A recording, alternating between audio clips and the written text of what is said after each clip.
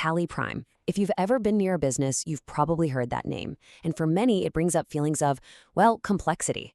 But what if I told you that underneath all those menus and reports, there's a simple, almost beautiful logic? Today, we're going to follow one single transaction and see how Tally turns that chaos into absolute clarity. Let's dive in. Just think about it for a second. If you're running a business, money's coming in, money's going out, you're buying things, paying people, making sales. How on earth do you keep track of all of that without completely losing your mind? Well, that is the exact problem that accounting software was born to solve. So to make this super clear, we're not going to look at some complicated annual report. No, we're going to follow one single, simple purchase from start to finish. Our guide on this little journey is a business owner named Mr. Verma. We're going to see how he handles a totally normal, everyday transaction. And there it is. That's it. This one sentence is going to be our entire world for the next few minutes. Mr. Verma buys a computer. He pays 18,000 rupees for it, and he pays in cash. Seems simple enough, right? But believe me, everything we need to unlock the logic of Tally is packed right into that one little transaction.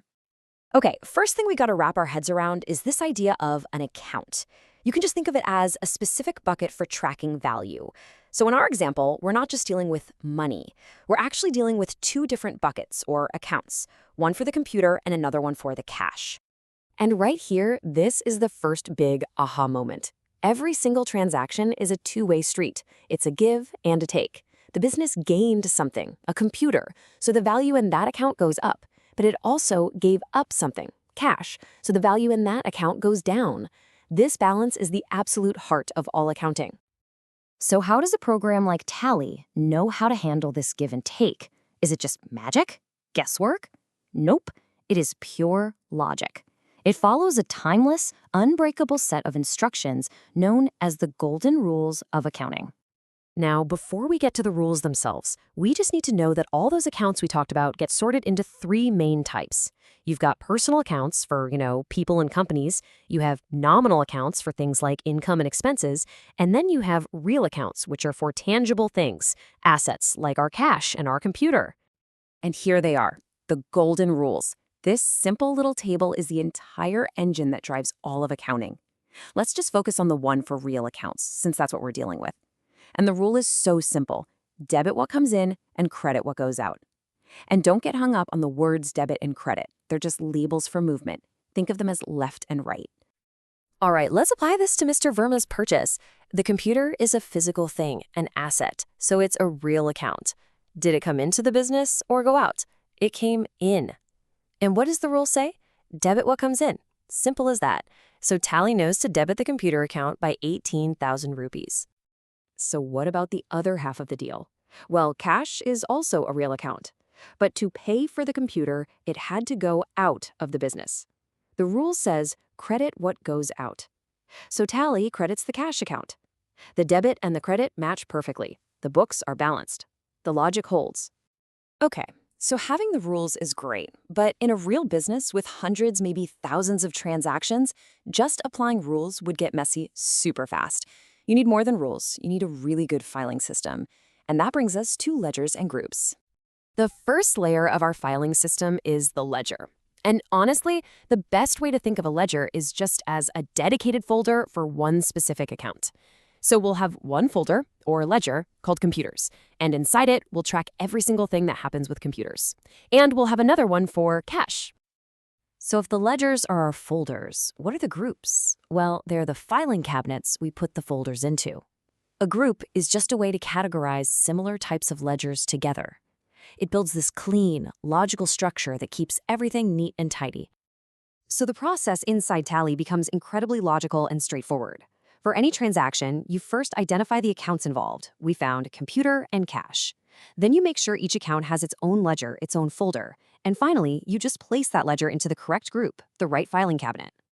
So let's actually classify Mr. Verma's purchase. The computer ledger, or folder, gets placed into a filing cabinet called the fixed assets group. And why? Well, a fixed asset is just something the business bought to use for a long time, not something it's planning to sell tomorrow. Makes sense. And what about the cash ledger? Well, this is where Tally is pretty smart. It already knows cash is super common, so it has a predefined ledger for it. and it automatically puts it in a group called current assets because cash is, the most current and accessible asset a business has. All right, we've got the logic with the golden rules, and we've got the filing system with ledgers and groups. Now we just have to actually, make the entry official. In Tally, you don't just scribble it down, you use a specific digital document called a voucher. Think of a voucher as a specialized digital form.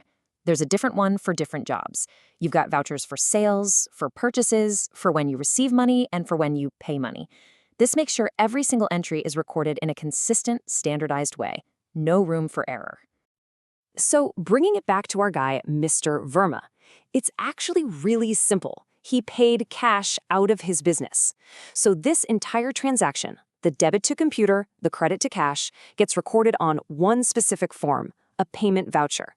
That is the final step of putting the data in. Whew, okay, we identified the accounts, we applied the golden rules, we organized them into ledgers and groups, and we recorded it all on a voucher. That might sound like a lot of steps, but now we get to the magic part. What's the big payoff for all this careful work? Just think about that for a second. We followed one single 18,000 rupee transaction through this whole logical chain. And because we did it the right way, bam, Tally Prime automatically and instantly updates every single important financial report. Your balance sheet immediately shows you have more fixed assets. Your cash balance is updated to the exact rupee. Your trial balance is perfect. Your cash book is updated. Everything. The entire financial health of your business reflects this one change in real time. And that right there is why this whole thing matters. This system doesn't just record what happened in the past. It gives you a perfect, up-to-the-second snapshot of your business's health. It's like a live dashboard for your entire financial world. So let's end with this thought. We saw how one simple little entry created this huge cascade of clarity. Now, just imagine 1,000 entries, a whole year's worth of business, all flowing through that same simple logic. The story they could tell you about your business would be absolutely incredible. And that's the real promise of Tally. It's not just about managing data. It's about finally, truly understanding your business.